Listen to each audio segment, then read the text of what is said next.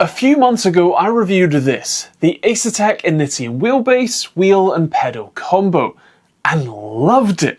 I loved it so much that it finally pushed me to build a custom sim racing cockpit. Both of those videos, by the way, you can check out in the cards above. And after using that for a while, I decided that I absolutely had to get some of the upgrades that Asetek offers for this thing. I paid my own money for these upgrades. That's how much I enjoy and value this thing. I also figured that if I've put all of this effort into building a custom sim rig, it's worth doing it right and making this feel as good as I can get it.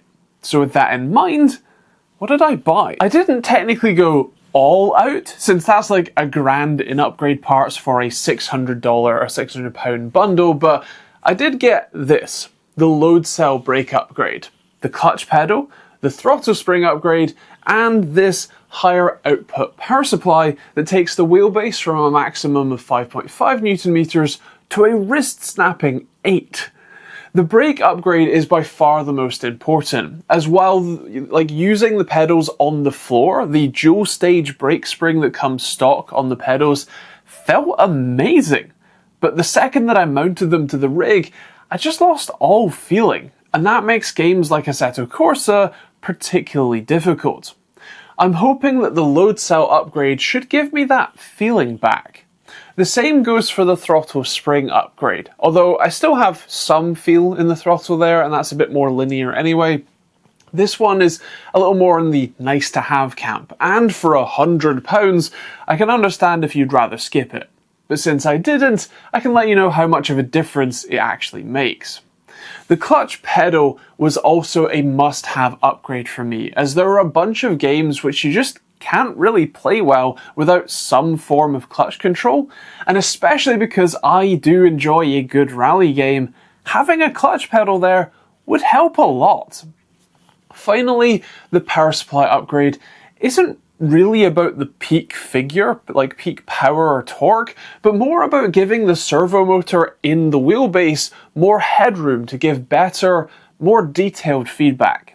Since the wheelbase, and I guess like in-game audio a bit, is the only feedback you get about what the car is doing under you, simulation anyway, the better the feedback, the better you drive. And I'm betting that my £90 that I spent for this upgrade will bring that. So I think let's quit blabbering about these and get them installed. First up is the clutch pedal. You just attach the spring to this, put the sort of bearing plate in, and then screw the metal plate down. You can put this in, or the bearing plate, in either floor or cockpit mode. I put it in floor mode by default, but since the other upgrades require cockpit mode, you'll probably want to change it. For the brake pedal assembly, you just pull the old spring off, route the wire along the channel in the bottom, connecting it to the existing header on the little PCB that's under there, and then attach the support brackets to the bottom from the top. It's just 4 bolts that screw in. Like I said, this requires you to put the pedal into cockpit mode, basically making it more vertical, giving it a bit more travel and a bit more space, and so you want to change that out. And then you can attach the load cell itself. That's just 1 bolt in the back, 1 sort of pin that clips on at the front. You can change the preload adjustment if you like, obviously connect the wire, and that's it. I am going to change, in fact, I have to change the throttle pedal to cockpit mode so that the spring assembly fits. In fact, you can see that in the manual here, but I will also be doing that for the clutch pedal as well. You just need to change that bearing plate around. There's a travel limiter block in there, and that's about it. And for the assembly or the spring throttle upgrade, you just attach the 2 brackets in the back with 4 bolts from the bottom, slide the spring assembly in, you can change the preload and all that jazz. You can even slide the locking block in.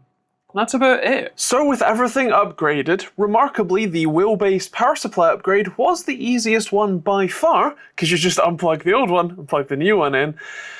We're pretty much ready to go. We have the pedals mounted in a slightly flatter position now than they were originally, because both of the upgrades, both for the brake and the throttle, require the pedals to be in cockpit mode, aka more upright, and I was already finding that the tilt sort of towards me basically was a bit uncomfortable, especially on like the top side of my braking foot.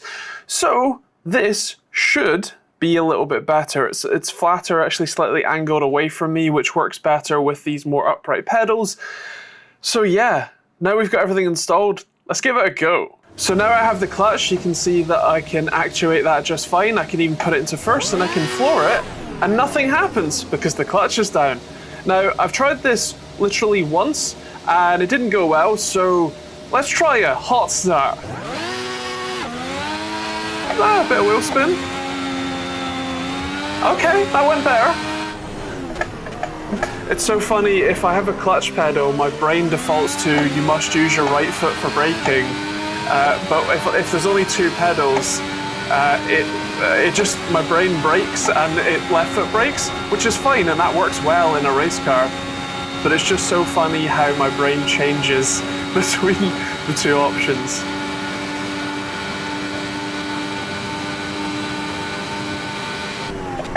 Oh, there is no travel in that brake pedal, and yet it feels really good.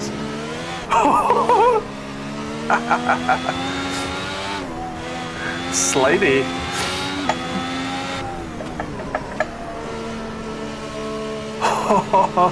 I cannot begin to explain just how good the extra force, like the extra torque available from the motor is. It is like unbelievable, both in just terms of the raw force required, but also in terms of the little feedback and like how much better when it oversteers and the wheel goes light, or when it understeers and the wheel goes light like that. It feels, it's incredible. and already worth the money.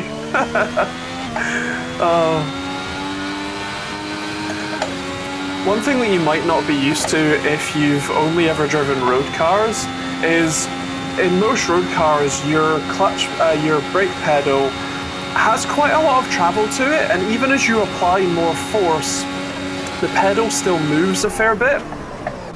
So if you've only used road cars and then you try using something like this, it's going to feel really weird for a bit because there is no travel in the pedal. It's purely how much force you put in determines the braking pressure, which is how it works in race cars. And even cars like the Alpine A110, I drove that a couple of years ago, and that has an unassisted and very stiff brake pedal that is exactly like this. It's just how much force you put in, and it's weird because it makes such a big difference to how the car feels and drives, especially spirited driving, or on a sort of closed course as I was doing at the time. So yeah, this feels incredible, even if I currently can't really present and drive well. Like, driving well is already difficult. Presenting on top of that, looking to cameras, making sure I'm in frame and both cameras are still recording, that's difficult.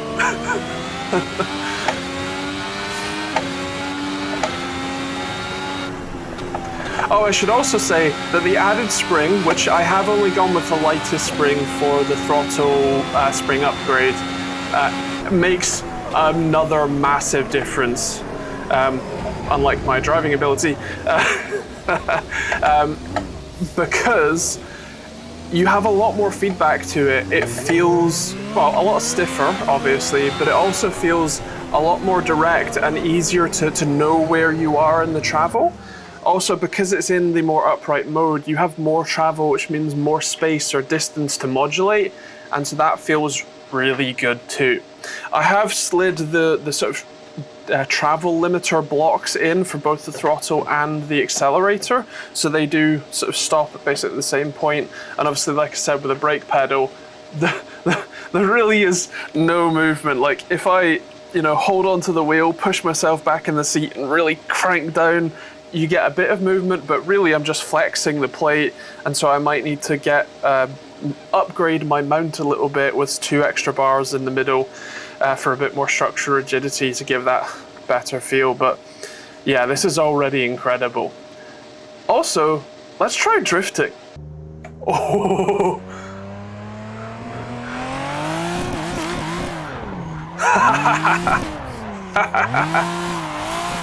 The extra force is already obvious in the wheel, and that is incredible.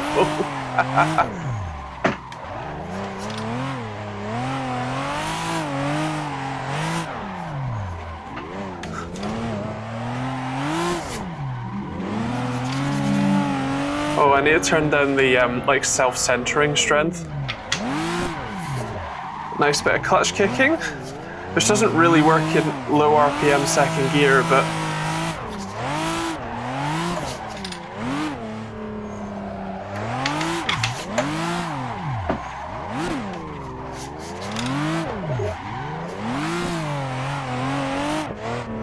oh, it's so much more direct as to the oh, that was a bit too much.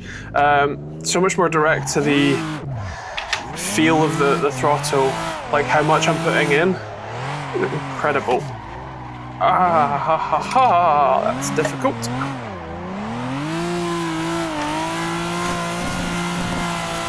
Yeah.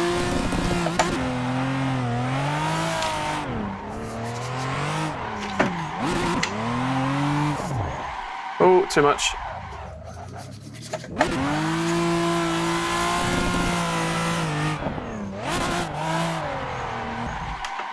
Oh, the weight to the wheel is scaring me a little bit, honestly.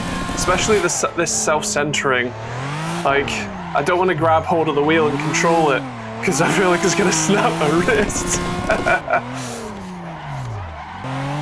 Yeah, that's good. Don't overdo it.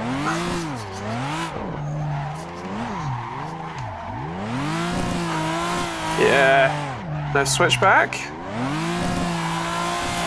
Yeah. Oh. Okay, so for drifting, I definitely need to change the like self-centering force, because it's scary. But what I can say is that this is so cool, and I am so happy to have this and have these upgrades, because this is excellent. I cannot wait to just keep playing with this. I do find it funny that the motor upgrade is the exact same thing that you do if you have like an RC quadcopter or a car or whatever. Like, you're just upgrading the voltage. So the standard power supply is 36 volts and something like 3-ish amps for a total of about 96 watts of total power available. Whereas the upgraded power supply, which is like an order of magnitude bigger, mind you, is 48 volts and a little bit higher on the amperage as well, for a total of 180 watts, I think, which is a lot more power considering you're only going from 5.5 to 8 Newton meters. But my God, you can feel the difference. There is so much more feel. There is obviously so much more force, and it is just incredible. As for the throttle upgrade, well, that actually made a whole lot of difference. I'm surprised by how much of a difference this made, but considering so much of car control is throttle control and being able to gently modulate throttle, especially if you're doing like track, driving, being able to modulate through a corner, hold the power even as you balance the car through the corner and then accelerate out or trail brake in, having so much more feel, which this gives you, is really, really useful. The clutch pedal is also just a really nice thing to have. Just having an way of controlling the clutch in some form is nice. I did really like what PXN did with the V10 Ultra, video in the cards above hopefully, with the paddle clutch pedals. They're really cool. But this is even cooler, and at some point I will get a shifter, ideally a gated sort of six speed or something, to kind of complete this set. But yeah, useful to have. As for the load cell braking system, that is a little more subjective in that, because it removes all of the pedal travel, like even if you really wrench on the thing, you're really just compressing the plastic of the pedal box rather than like moving the pedal itself. It's a little bit difficult to get used to, and it does require a bit of a different driving style. But as I said while driving, it's also a much more realistic way to drive these types of vehicles. Like, I have driven a Formula 3000 car, and that pedal didn't move all that much because it's not assisted, and it's just how much force you put into the thing that tells you, you know, how slow you're going to go or how much braking pressure you got. So this takes some getting used to, for sure, but it's also incredible, and I am really, really happy with it. I think out of the 4 things that I bought for this upgrade, the power supply is a pretty massive improvement. It is a noticeable, like, immediately difference in not only the outright force, but the feel and the granularity, and so this is a really cool addition. The clutch pedal being only 30 quid, I think if you were gonna get this bundle anyway, I would just get the clutch pedal, even if you get nothing else, just so that you have it and there's not a big hole in your pedal box. The like throttle spring sort of upgrade is actually, I think, worth the money. It gives, for me, a pretty decent improvement to the feel of the throttle pedal, and so I'm not mad that I bought that one. And the brake upgrade is both very necessary, and I'm still a little on the fence about it, just because it takes a very different type of driving style. And so I really do need to get used to it. This is basically just my first impressions of having used them. But I'm still also not mad that this was about £100.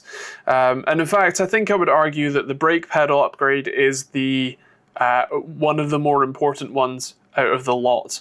And the fact that that's £100 while a little spring assembly is also £100 feels maybe a little off. Maybe the spring should be 75 if this is 100, you know? But anyway, those are my at least initial thoughts. I am very happy with my purchase. I'm very happy with this sim rig in general. And yeah, that's kind of it. If you want to see more videos, potentially like this one, some more upgrades, including some changes that I want to do to the flight sim side of things and to the, you know, the racing sim stuff, feel free to let me know in the comments, hit the subscribe button, all that jazz. And also, if you want to check out the build of this, if you haven't seen that already, or the review of this wheel, I'll leave those on the end cards for you to check out, which I think are over there. Yeah, hit the subscribe button if you want to see more videos. Also, if you want to check out my own hardware that unfortunately currently can't test any of these things, the open source response time and latency testing tools, I make these right here in the UK. In fact, they're just out of reach, but I make them at that desk behind me and ship them worldwide. So if you want to check them out, those are osrtt.com, linked in the description. And yeah, otherwise, thanks for watching. We'll see you in the next video. I'm going to go race now. Bye!